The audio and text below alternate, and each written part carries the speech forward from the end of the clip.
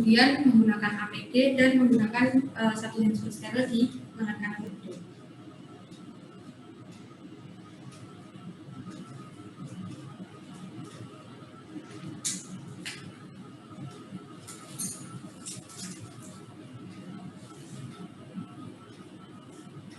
Kemudian untuk lidokainnya dipegang menggunakan tangan yang belum menggunakan handphone dan diaspirasi sekitar 3 mili.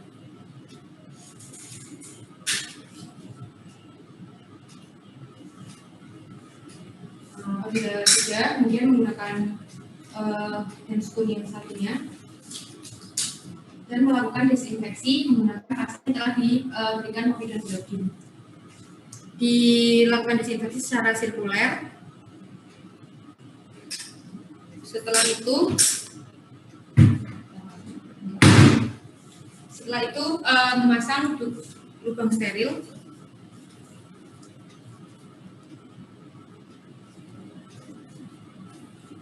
Setelah lubang terpasang, kemudian mulai melakukan penyuntikan anestesi. Ibu, ini saya mulai untuk pembiusannya ya, Bismillahirrahmanirrahim. Kemudian dilakukan pembiusan secara dilakukan penusukan secara subkutis terlebih dahulu.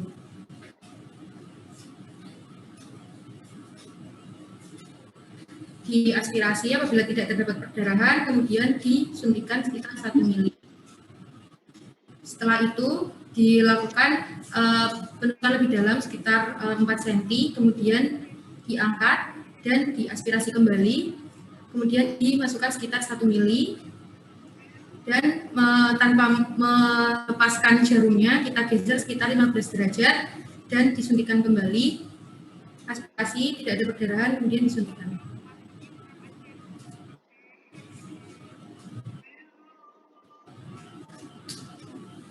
Setelah menyuntikkan anestesi atau lidokainnya, dibiarkan selama 2-3 menit, kemudian dicek menggunakan pinset terlebih dahulu apakah masih terasa atau tidak. Bila sudah tidak terasa, dilakukan insisi terlebih dahulu.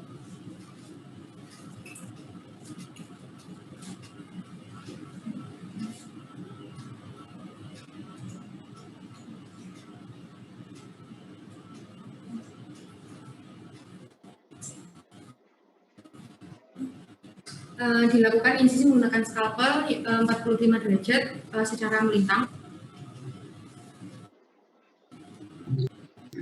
Setelah itu memasukkan trokarnya melalui insikat. Saya mulai ya Bu ya, Bismillahirrahmanirrahim. Kemudian memasukkan ujungnya terlebih dahulu. Setelah ujungnya dimasukkan, kita pastikan bahwa kulitnya terangkat dan trokarnya dapat diraba dengan jari dari luar.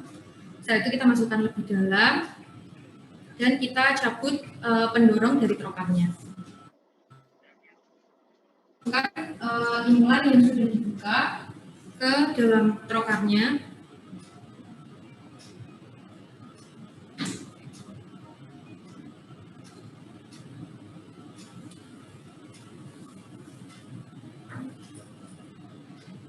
Dan memasukkan kembali menggunakan pendorong trokarnya. Kemudian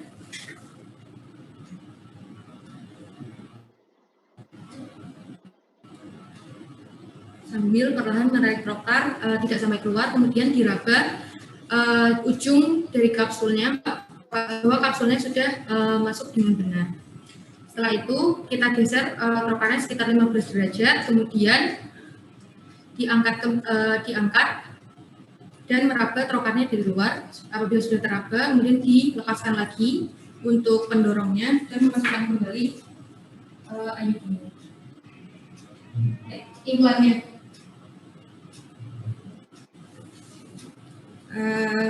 Kemudian dimasukkan di sini nantinya membentuk pola seperti kipas.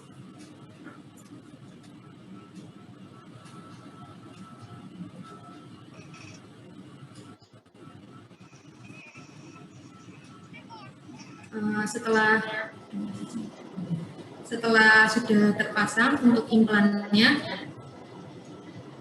ditarik trokarnya secara perlahan, kemudian diraba untuk kapsul implannya apakah sudah terpasang dengan benar atau tidak. Diraba kedua sisi dari kapsulnya. Dipastikan bahwa jarak terbawa dari tepi kapsulnya tidak lebih dari 5 mm dari tepi insisi. Kemudian untuk jarak antar kedua kapsulnya tidak lebih dari 1 lebar kapsul. Setelah itu dilakukan penekanan menggunakan kasa steril di bagian insisinya, kemudian dilakukan pelepasan dari duk steril. Setelah itu dilakukan kembali prosedur antiseptik menggunakan betadine dan setelahnya ditutup menggunakan kasa dan diberikan plastik.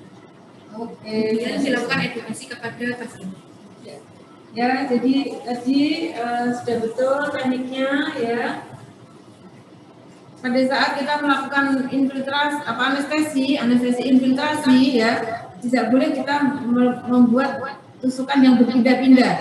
Jadi satu tempat, kemudian kita aspirasi ya, kemudian kita bisa melakukan penggeseran 45 derajat ya, 45 derajat tanpa kita membuat tusukan baru. Yang pertama itu. Kemudian pada saat melakukan insisi, karena ini mata pisaunya cukup tajam dan kita juga tidak membutuhkan, sebetulnya kalau pemasakan implan tidak harus dijahit, ya cukup ditekan dengan baru tekan terus kemudian ditutup plester. Jadi biasanya kalau saya hanya tris begitu, jadi tidak perlu kita membuat sebuah irisan, sebetulnya seperti itu, karena nanti maka daripada trokar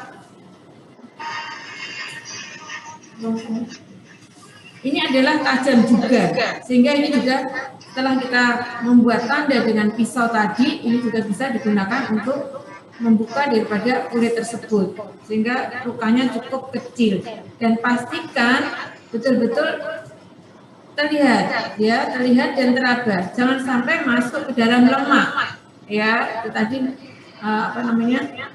terutama pada aksetor yang gemuk, nanti akan kesulitan pada saat melepas. Jadi yang ditanyakan permasalahan daripada implan, dan ini alat kita adalah alat yang jadul karena sudah tidak dipakai lagi ya, dan biasanya sekarang adalah yang langsung single use, jadi sekali pakai langsung dibuang dan hanya pemasangan satu implan untuk 3 tahun, biasanya seperti itu. Dan di Indonesia kurang diminati, jarang. Indonesia lebih banyak minatnya kucing ya. Daging itu kucing. adik-adik sudah tahu nggak semuanya ya. Baiklah, tinggal pelepasan juga tidak sulit ya, asal tidak masuk ke dalam lemak. Yang sulit itu kalau masuk ke dalam lemak ya. Biasanya kita menggunakan klemku, silakan ditunjukkan. Baik, di sini akan dilakukan proses pelepasan dari AKK. Yang pertama kita melakukan CR dulu. Di sini ada klemku, kemudian ada bahan biasa, ada Soto. biasanya menggunakan klem yang mosquito. Kemudian ada juga seperti pemasangannya dari lukain, kemudian ada spet, kemudian kasa dan hidrogen dan hidrogen. Kemudian melakukan persiapan pasien, melakukan implan konsen. Baik itu di sini nanti akan dilakukan proses pelepasan dari implan yang sudah dipasang itu ya. Nantinya akan dilakukan pembusuhan terlebih dahulu secara lokal, kemudian akan dilakukan teknik pelepasan bersedia. Apabila sudah bersedia, dipersilakan untuk mencuci kedua lengannya, kemudian mempersiapkan itu di bed rest. Kemudian setelah ibu mencuci tangan dan di bed rest, dilakukan perabaan untuk implannya terlebih dahulu.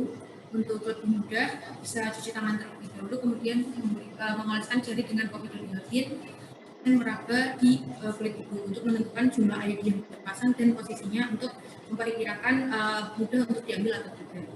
Diraba kedua tubuhnya. Setelah mempersiapkan pasien dan alat, kemudian mempersiapkan diri. Di cuci tangan dan menggunakan hand sanitizer.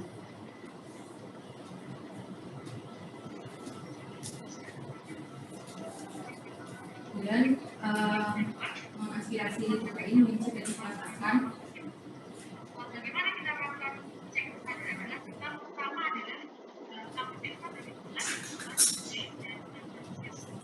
Dan menggunakan unsur di tangan sebelumnya dan melakukan desinfeksi secara sirkuler.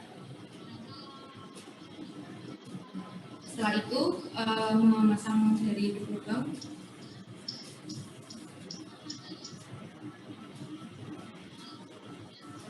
Kemudian melakukan teknik anestesi intubasi. Ya, sudah di anestesi dia.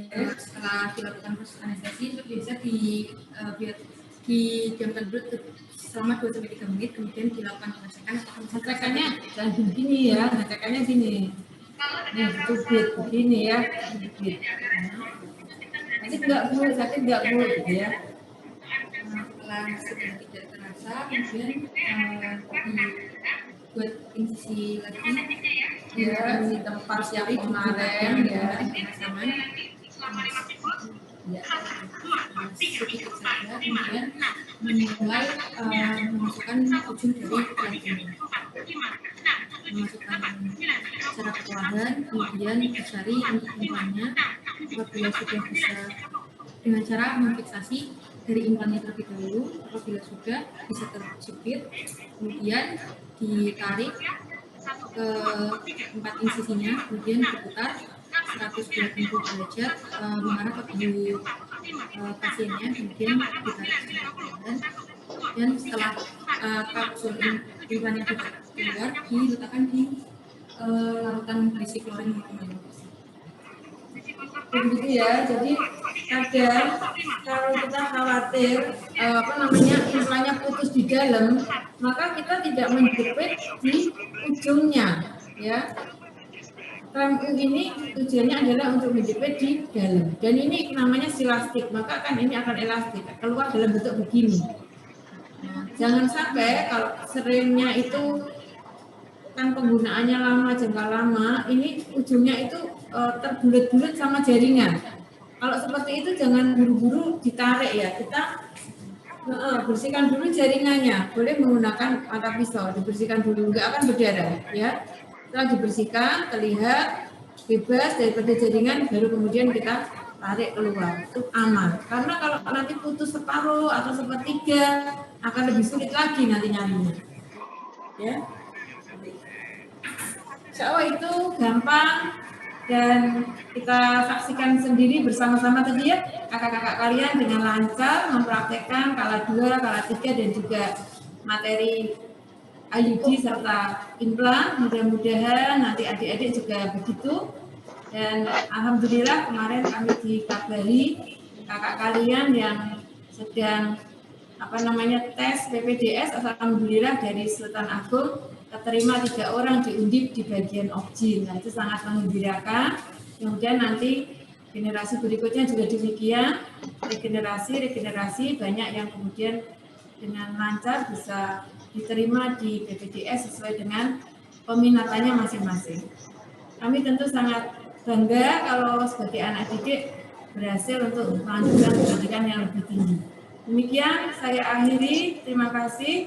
Wassalamualaikum warahmatullahi wabarakatuh. Waalaikumsalam warahmatullahi wabarakatuh.